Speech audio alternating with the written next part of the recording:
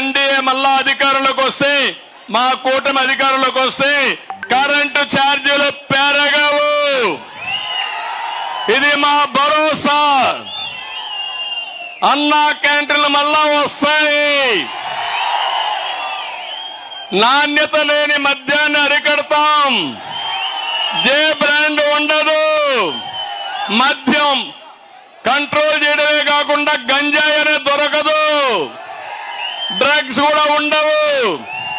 మిమ్మల్ని పూర్తిగా మీ ఇస్తున్న 100 రోజుల్లో గంజాయి, జే బ్రాండ్ మద్యం, ఇంకో పక్క డ్రగ్స్ లేని రాష్ట్రంగా తయారు చేసే బాధ్యత మాది. దుర్మార్గుడు అవకాశాల కోసం డబ్బులకు కక్కుర్తిపడి ఈ పిల్లల జీవితాలు నాశనం చేసి ఒక జనరేషన్ ని నాశనం చేసే పరిస్థితికి వచ్చాడు.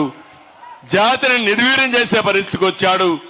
మనం కలలు గనిన మన బిడ్డలు మన చేతల్లో లేకుండా చేసే పరిస్థితికి వచ్చాడు.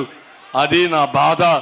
అడుగుతున్నా మిమ్మల్ని అందరినీ, దుర్మార్గుని అడగండి. వచ్చినప్పుడు 5 ఏళ్లుగా ముఖ్యమంత్రిగా ఉన్నావు. ఒక్కరోజు నువ్వు సమీక్ష పెట్టావా?